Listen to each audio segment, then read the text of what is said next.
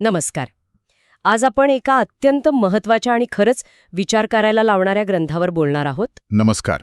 Doctor Babasaheb Ambedkar यांनी 1936 मध्ये लिहिलेलं ॲनिहिलेशन ऑफ कास्ट, म्हणजे जातीव्यवस्थेचे निर्मूलन. हो, भारतीय सामाजिक आणि राजकीय विचारांच्या इतिहासातलं एक अत्यंत म्हणजे शक्तिशाली आणि क्रांतिकारक कार्य मानलं जात आहे. आणि याची जी पार्श्वभूमी आहे ती पण खूप रंजक आहे. बरोबर.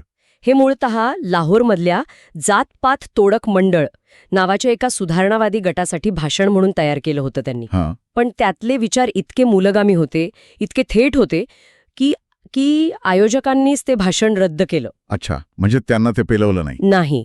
मग डॉक्टर आंबेडकरांनी ते स्वतःच प्रकाशित केलं आणि आजही इतक्या वर्षानंतरही हे पुस्तक हिंदू समाज आणि जातीव्यवस्थेवरची एक अत्यंत महत्वाची टीका म्हणून ओळखलं जातं. अगदी कालातीत आहे ते. हो.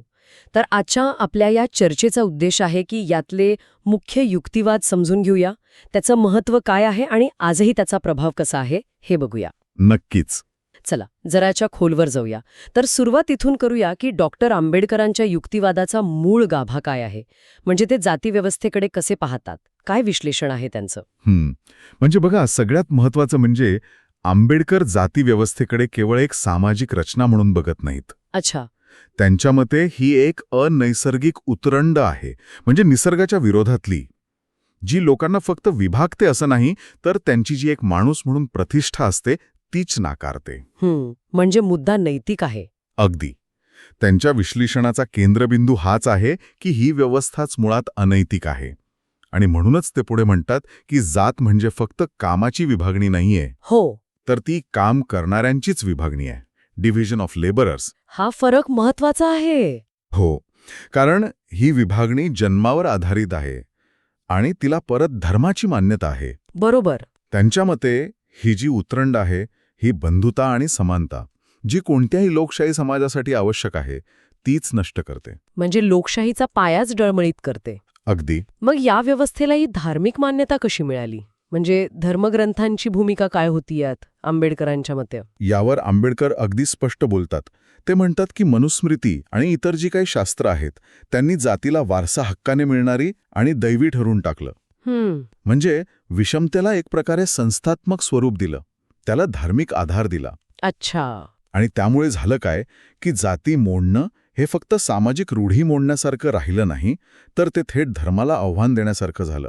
आणि हे त्या काळात सोपं होतं. नक्कीच. अजिबात नाही. म्हणूनच कदाचित त्यांनी महात्मा गांधींसारख्या त्यावेळच्या मोठ्या समाजसुधारकांवर पण टीका केली. बरोबर. हे खरंच म्हणजे विचार करायला लावणारं आहे. होय होय. ही टीका ॲनिहिलेशन ऑफ कास्टचा एक महत्वाचा भाग आहे.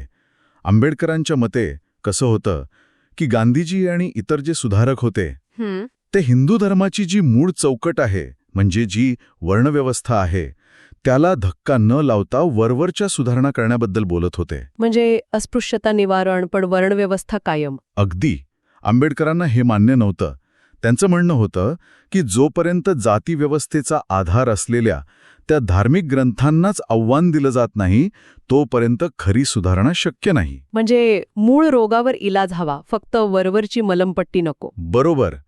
त्यामुळेच त्यांचा निष्कर्ष खूप मूलगामी होता की जाती नष्ट करायच्या असतील तर हिंदू धर्मावर आधारित ती सामाजिक रचनाच नाकारायला हवी. हा, खूपच धाडसी विचार होता त्या काळासाठी. आणि याच विचारातनं ते सामाजिक सुधारणांना राजकीय सुधारणांपेक्षा जास्त महत्त्व देतात असं दिसतं. हो. ते अधिकार फक्त काही मोजक्या लोकांसाठीच राहतील. बरोबर. जर बहुसंख्य समाज सामाजिक गुलामगिरीतच अडकून पडला असेल तर त्या स्वातंत्र्याला अर्थ काय. खरंय. म्हणून त्यांचं म्हणणं होतं की आधी समाजातील ही विषमता संपायला हवी, जातीव्यवस्था जायला हवी, नाहीतर लोकशाही फक्त नावापुरती उरेल. म्हणजे राजकीय समानता आणि सामाजिक विषमता एकत्र नांदू शकत नाहीत. अगदी. त्यामुळे सामाजिक सुधारणांना ते प्राधान्यता देतात. आणि याच संदर्भात त्यांचं ते वाक्य पुन्हा आठवतं, जात म्हणजे केवळ कामाची विभागणी नव्हे, तर ती काम करणाऱ्यांची विभागणी आहे, एकावर एक श्रेणीबद्ध. याचा नेमका अर्थ काय होतो आपण आधी बोललो, पण जरा आणखी स्पष्ट कराल का. नक्कीच. हे वाक्य म्हणजे त्यांच्या संपूर्ण मांडणीचा गाभा आहे असं म्हणायला हरकत नाही. बघा, जगात सगळीकडे कामाची विभागणी असते. हो, असतेच. कोणी काही काम करतं, कोणी दुसरं. पण जातीव्यवस्था काय करते, ती लोकांना कामावरून आणि मुख्य म्हणजे जन्मावरून उच्च नीच ठरवते. एकावर एक श्रेणीबद्ध म्हणजे ही एक उतरंड आहे, पिरामिडसारखी, ज्यात काही जाती वर, काही खाली, आणि हे जन्मानं ठरतं, बदलता येत नाही. म्हणजे माणसाच्या गुणांना किंमत नाही. काहीच नाही. ही माणसांचीच विभागणी आहे, जी जन्मावर आधारित आहे. म्हणूनच ते म्हणतात ही काम करणाऱ्यांची विभागणी आहे, कामाची नाही. आणि याचे परिणाम तर आपण बघतोच आहोत समाजात. हो, कायमची विषमता, संघर्ष, द्वेष. आणि याच उतरंडीचा एक भयानक भाग म्हणजे पवित्रता आणि प्रदूषण ही कल्पना. यावर आंबेडकर काय म्हणतात? या कल्पनेवर ते अत्यंत कठोर टीका करतात. ते दाखवून देतात की ही कल्पनाच मुळात अतार्किक आणि अमानवी आहे. म्हणजे काही कामं किंवा काही माणसं जन्मताच अपवित्र कशी काय असू शकतात? बरोबर. हो, शिक्षण नाकारलं, संधी नाकारल्या, साधं माणूस म्हणून जगण्याचा अधिकार पण नाकारला. कशामुळे? तर ह्या पवित्र अपवित्र कल्पनेमुळे. म्हणजे स्वातंत्र्य, समता, बंधुता या सगळ्याच्या विरोधात जाणारी ही कल्पना आहे. अगदी. कोणताही नैतिक समाज अशा कल्पनांवर उभा राहू शकत नाही, असं त्यांचं स्पष्ट मत होतं. खरंच अस्वस्थ करणारं हे सगळं. मग या इतक्या गंभीर समस्येवर आंबेडकरांनी काय उपाय सुचवला? फक्त टीका नाही तर मार्ग काय दाखवला? बरोबर. ते फक्त विश्लेषक नव्हते. त्यांनी मार्ग दाखवला. त्यांनी एका नैतिक आणि बौद्धिक क्रांतीची गरज सांगितली. म्हणजे त्यांनी लोकांना आवाहन केलं की धार्मिक रूढी, परंपरा यांचं अंधानुकरण सोडा. तर्क वापरा, विवेक वापरा. बुद्धीला चालना द्या. हो, आणि विशेषतः दलितांना त्यांनी सांगितलं की स्वतःला शिक्षित करा, संघटित व्हा आणि आपल्या हक्कांसाठी शांततेने पण खंबीरपणे संघर्ष करा. शिका, संघटित व्हा, संघर्ष करा. अगदी. हाच तो मूलमंत्र जो आजही तितकाच महत्वाचा आहे. आणि या सगळ्या मांडणीचा शेवट त्यांनी एका खूप थेट आणि खरं तर निर्वाणीच्या इशाऱ्याने केलंय. हो, तो निष्कर्ष खूपच कठोर आहे. काय आहे तो? ते म्हणतात, हिंदू समाजाने एकतर जाती नष्ट करावी किंवा तिच्यामुळे स्वतः नष्ट व्हावे. बापरे, म्हणजे तडजोडीला काही वावच ठेवला नाहीये. नाही, त्यांच्या मते आता वेळ आली होती की यावर अंतिम निर्णय घ्यावा लागेल.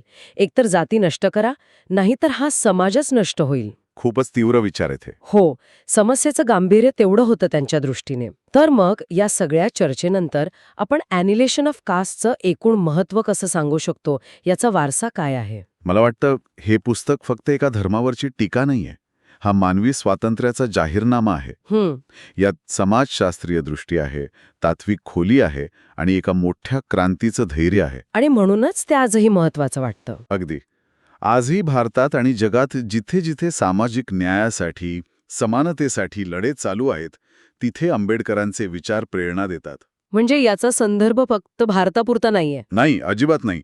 जगात कुठेही जन्मावर आधारित विषमता असेल, अन्याय असेल, तर तिथे हे विचार लागू पडतात. हा आवाज वैश्विक आहे. खरंय, भारतीय समाजात बदल घडवण्यासाठीचे हे एक अत्यंत धाडसी आवाहन होतं. नुसती सुधारणा नाही, तर संपूर्ण निर्मूलनाची मागणी. हो, ॲनिहिलेशन म्हणजे समूळ उच्चाटन. आज आपण डॉक्टर आंबेडकरांचं ॲनिलेशन ऑफ कास्टमधल्या या महत्त्वाच्या विचारांवर सविस्तर बोललो आणि हे स्पष्ट आहे की हे पुस्तक फक्त इतिहास नाहीये. नाही, ते वर्तमान आहे आणि भविष्य पण. वर्तमानातल्या सामाजिक न्यायाच्या लढ्यासाठी ते आजही मार्गदर्शक आहे. नक्कीच.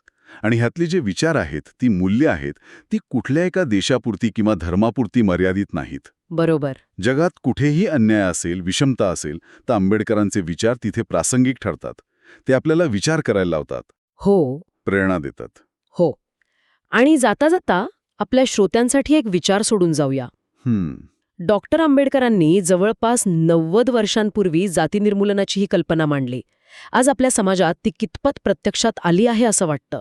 हा महत्वाचा प्रश्न आहे. अजून किती मोठा पल्ला गाठायचा आहे? आणि त्यासाठी आपण वैयक्तिक पातळीवर आणि एक समाज म्हणून काय करू शकतो यावर खरंच विचार करायला हवा. नक्कीच.